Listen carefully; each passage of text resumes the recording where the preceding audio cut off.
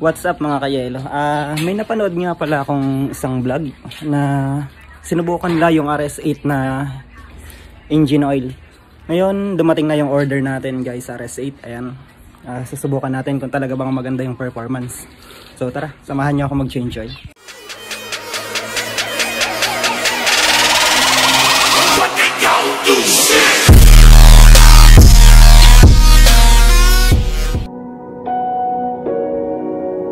So bago nga tayo mag-change oil mga kayelo, ito yung mga tools na gagamitin natin. Itong maliit na pitchel na sukatan para sakto yung sukat ng langis natin.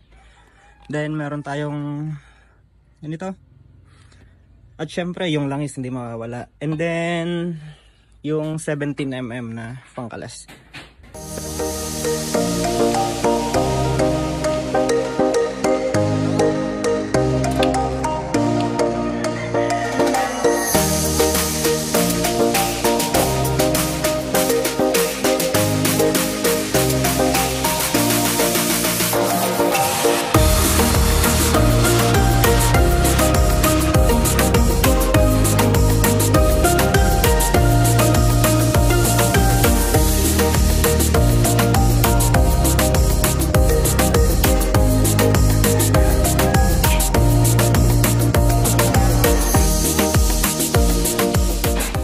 Ito yung langis natin guys na pinagpalitan.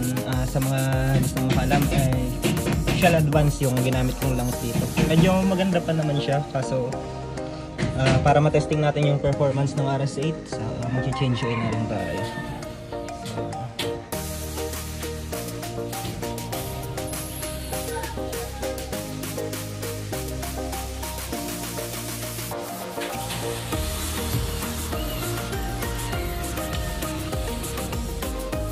Pag hinihigpitan nyo nga pala to guys, wag nyong pupersahin, yung sakto lang. Kasi may tendency na malustred agad yung takip natin. So ito na yung RS8 natin guys, ilalagay ko na. Kung makikita nyo 700 yung sukat ko. Kasi okay lang naman lumabis yan. Yung Bergman natin guys, kung tutusin, nakalagay sa kanya na recommended is 650. Pero okay lang naman lumampas. Ako talaga 700 talaga yung nilalagay ko. So, sali natin ito.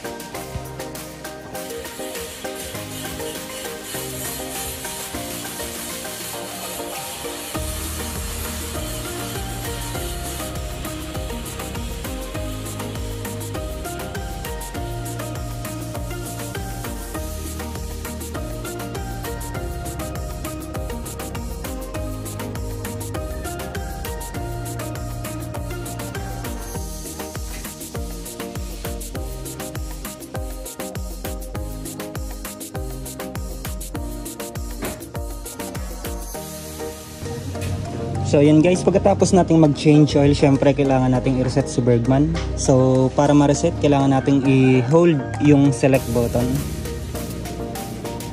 Tapos, habang naka-hold yung select button, i-on naman natin yung switch. So yun guys, i-hold yung select button, tapos i-on natin yung ignition switch. Tapos makikita nyo guys, magbe-blink yung change oil indicator, tapos nawala na siya. Ibig sabihin nun guys na reset. So pagkatapos natin i-change yung i-reset yung change oil indicator, i-reset naman natin tong si Trip A para alam natin kung kailan ulit tayo mag-change oil. I-hold nyo lang yung adjust button. Ayan, makikita nyo 0 na ulit siya. At yun na nga guys, ang unang napansin natin pagka change oil natin ng RS8 kay Ice is pagka-start pa lang ng engine niya, parang less na yung vibration. And nung tinest drive ko siya ng konti dito sa amin, parang mas smooth yung performance niya ngayon. So hanggang dito na lang guys, update ko kayo after ng siguro mga 500 to 1,000 kilometers. Mag-update ulit ako kung tungkol sa performance ng RS8 na engine oil. Thank you.